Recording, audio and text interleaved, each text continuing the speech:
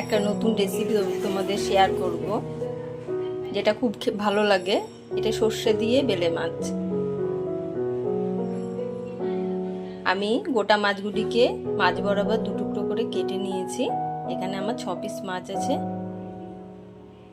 ভিডিওটি ভালো লাগলে লাইক, কমেন্ট, শেয়ার ও সাবস্ক্রাইব করতে ভুলবেন না। 5 থেকে 6টা আমি কাঁচা লঙ্কা কুচিয়ে নিয়েছিলাম। 1.5 চামচ সরষা নিয়েছি, 1 চামচ পোস্ত, হাফ চামচ নুন ও হাফ চামচে একটু কম হলুদ দিয়ে আমি এটা মাছগুলিকে আমি নুন হলুদ মাখিয়ে নিয়েছি।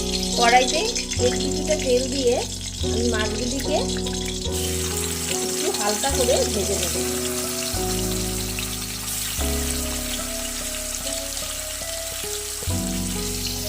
সামান্য কালিজিরা ফোড়ন দিয়ে আমি একটা ছোট আলু লম্বা করে কেটে রাখা ও কিছুটা পেঁয়াজ দিয়ে আমি হালকা নাড়াচাড়া করব।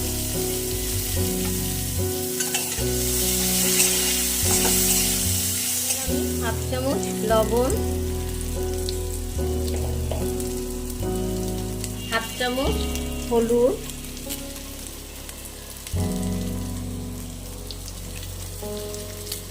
ও হাফ চামচ আমি লঙ্কার গুঁড়া দেব।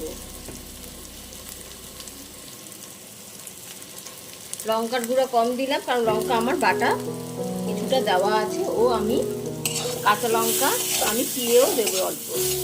এটা আমি কিছুক্ষণ নেড়ে আমি ঢাকাটা তুলে আমি 2টো কাঁচা লঙ্কা দিয়ে দেবো। দিয়ে সামান্য একটু নেড়ে আমি গ্যাসের আঁচটা আমার অনেকটা সেদ্ধ হয়ে গেছে, ও জলটাও শুকিয়ে গেছে। আমি আবারও কিছুটা উষ্ণ গরম জল আমি এখানে দিয়ে দিলাম। কিছুক্ষণ নেড়ে আমি সরষা বাটাটা আমি দিয়ে দেবো। সরষে বাটাটা আমি এবার দিয়ে দিচ্ছি।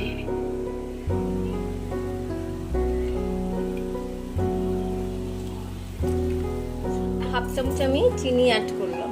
আমি মাছগুলি ভেজে রাখা মাছগুলি আমি আস্তে আস্তে করে ছেড়ে দেব।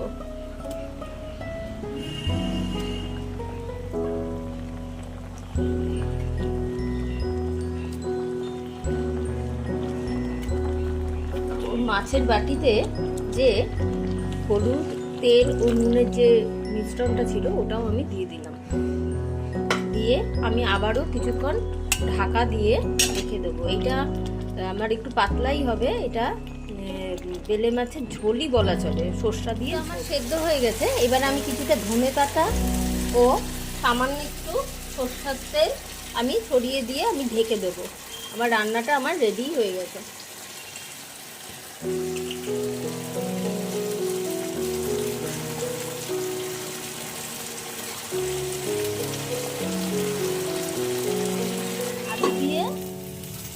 আলু সর্ষে পোস্ত দিয়ে আমার বেলে মাছের ঝোল রেডি। ভিডিওটি ভালো লাগলে লাইক, কমেন্ট, শেয়ার ও সাবস্ক্রাইব করতে ভুলবেন না।